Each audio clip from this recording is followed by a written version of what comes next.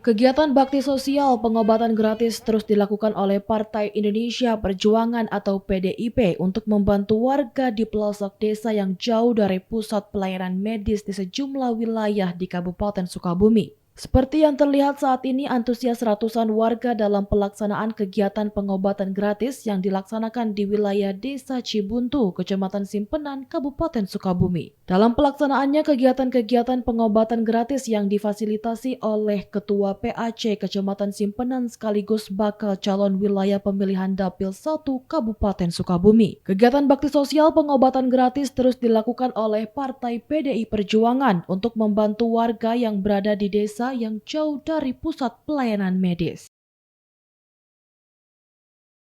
Untuk kegiatan hari ini ada baksos berupa pengobatan gratis, kan. Untuk kegiatan ini berada di wilayah mana saja, Pak? Ini untuk Dapil 1 ada 2 titik.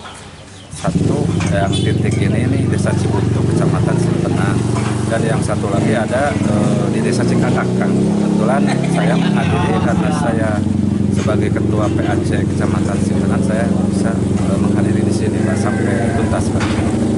Sebenarnya sih ini program dari Ibu Dr. Ripka Ciptaning, ya, yang mana beliau adalah salah satu anggota DPR RI.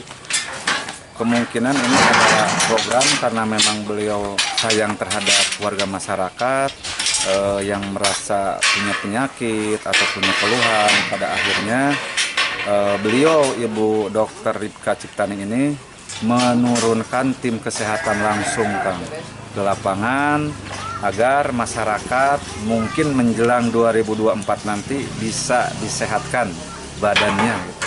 Dari Kecamatan Simpenan, Kabupaten Sukabumi, Indra Sopyan melaporkan.